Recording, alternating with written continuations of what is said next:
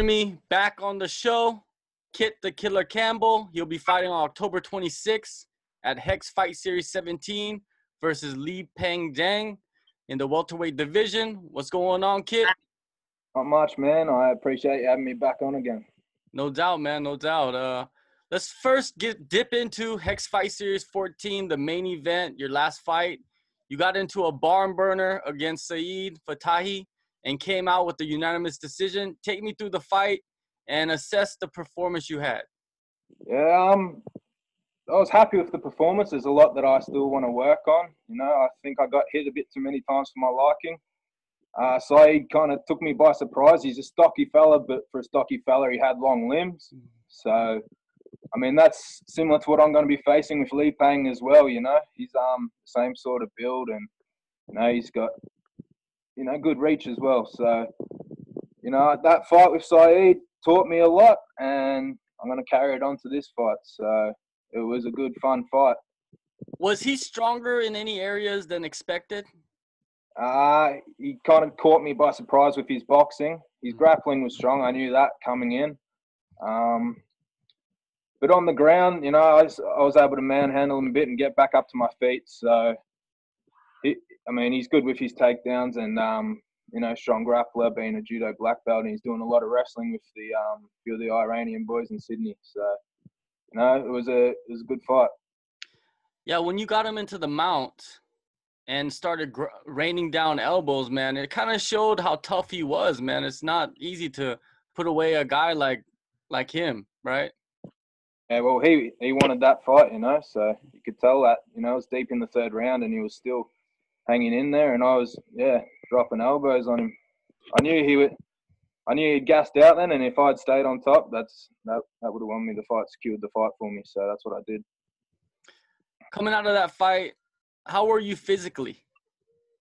I was fine. I got back to training 2 weeks after. A few cuts and bruises. That's about it. So we're all good. So you get back in the win column. You're satisfied with your performance. Mentally, where are you? I'm cruising now. You know, I'm ready to take on the world. So, you know, that's what I'm going to do. I'm looking for these big fights, you know. So this is a big fight. That's what I want. I'm hungry. Since that fight, what have you been up to, man? Like, have you just been focused on your training or have you done other things? It's been a roller coaster. Eh? My father sadly passed away 2 weeks after that fight from a long cancer. And then 2 weeks after that, my baby daughter, Mia, was born. So it's been a roller coaster, you know, but at the same time, a lot of sadness. There was a lot of joy. So a lot of mixed emotions, but this is making me hungry for this fight, you know. It's just the build-up of everything, so I'm excited. Having a newborn child, like you just mentioned, it makes you hungry.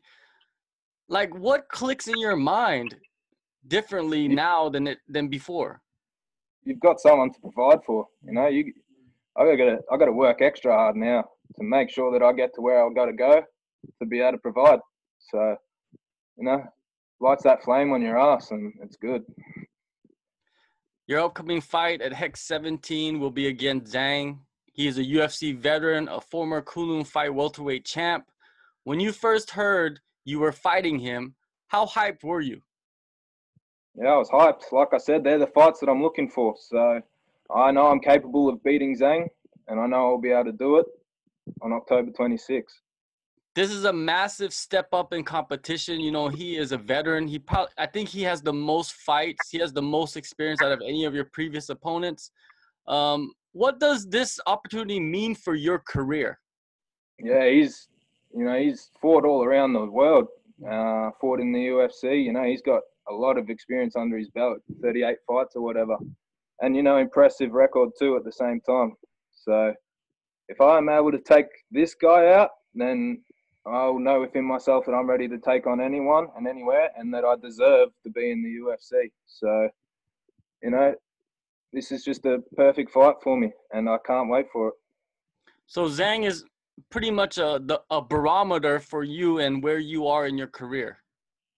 In an aspect, yeah, that's part of it. There's much more to fighting him than just that. But you know, I've got respect for him. I think his career could be coming to an end, and I think mine's just beginning. So you know, we'll see. How does your skill set stack up against his? I'm able to outbox him, outstrike him. You know, I'm going to be throwing a lot of kicks. I'm going to be keeping that range. I'm not sure if he's. I know out of all those fights, he would have faced a lot of different people, but I think I'm different from the bunch. I've always said that. So when he gets in there, he's going to experience something that he hasn't experienced. And, you know, we've been working away straight after my last fight on my striking too with my coach, Tosca Petridis. So I'm just going to keep getting better every single fight. And, you know, at the same time, been working heaps on my grappling because I know that that's what Zhang likes to do. He's a really good grappler. You know, he lands most of his takedowns when he shoots. He's good on the ground, secures position really quick, and he's good at submissions. So, you know, we've been working all the defense on that too. So I'm going to be very confident coming into this one. When did you start your training camp, and how has it been going? So pretty much, you know, a week and a half after that last fight, we got back into it. With all the stuff going on, it was a bit jittery at the start, but I've had a full training camp. You know, I've had probably 2.5 months of solid training. We've been going at it. So, you know, we've got 2.5 weeks to go now, and that's just the finalising stages, getting everything right. The weight's ready, so you know, I'm feeling really good for this. Is it easy for you to make welterweight, or do you need to follow a strict diet throughout your camp to get down to that weight that you need to be at?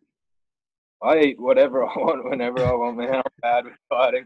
So my weight sits in a nice level, you know. I train extra hard to make sure it comes off too. I mean, I do watch what I eat, but, you know, I don't kill myself over it. I still enjoy myself and enjoy what I do. So I've never had an issue with making weight.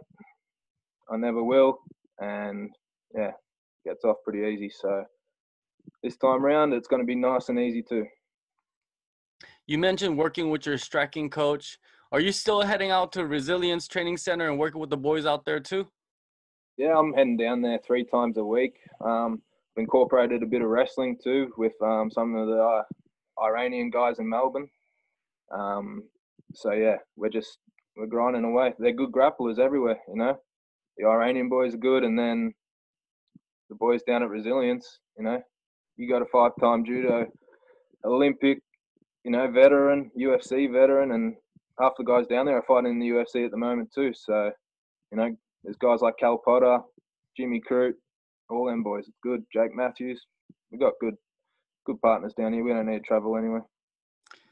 Your striking coach, you seem to have a very good relationship with him. How important is it to have a coach like him being so close to you and having the support that he gives you? Yeah, it's amazing. You know, he really looks out for me. He's been through it all himself. He's you know, he had 80 professional fights all up. He fought some of the best guys in the world, Ernesto Hoos, Johnny Terrier, you know, all those guys. So having him by my side, it really makes a difference. It gives me a lot of confidence that I know I'm getting the right training. And, you know, his style's tough. He's old school. So we train hard, you know. There's no stuffing around with him. If you stuff around, you're going to cop a punch on the head. I've copped a few of them, you know. He's old school. He trains hard. So that's the kind of training that I need. And, you know, you can see the results. So I'm happy. You seem like you are a new school guy, but you seem like you have that old school mentality. I get that feeling. Yeah, I like to train hard. I like to fight. I always have, and you know, call it old school, call it whatever you want, but that's just me. I'm laid back. All right, what are your expectations, man? Come October 26th in Melbourne. What do you mean, like the fight? What are my expectations from it? In everything. I just want to win. I'm gonna win. That's my expectations. The fight's never how you really expect it. You know, I just know I'm gonna go in there and I'm gonna win. That's all I'm gonna say. Hex Fight Series 17. Kitt the Killer Campbell will face Lipeng Zhang in a welterweight contest. Thank you, Kitt, for your time. It's always good talking to you, man. And congratulations on that baby, man. Thanks, brother. You too. Always a pleasure. Thanks for having me.